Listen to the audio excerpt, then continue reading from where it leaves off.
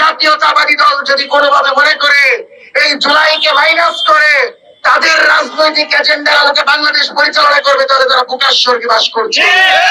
জুলাই জনতা এখনো রাজপথে আছে। বাংলাদেশে যতক্ষণ পর্যন্ত মানবতা বিরোধী অপরাধের বিচার নিশ্চিত না হবে, হাসিনা কামালকে ফাঁসির দড়িতে ঝুলানো না হবে, ততক্ষণ পর্যন্ত লাল জুলাইয়ের কর্মীরা করে ফিরে যাবে না।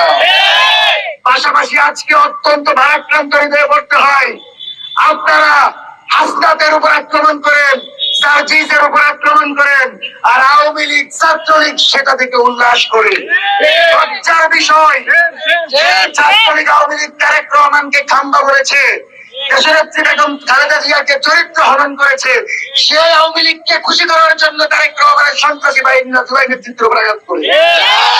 সুতরাং যদি জুলাইয়ের নেতৃত্বের উপর আঘাত করা হয়, এমন লড়াই বাঁধবে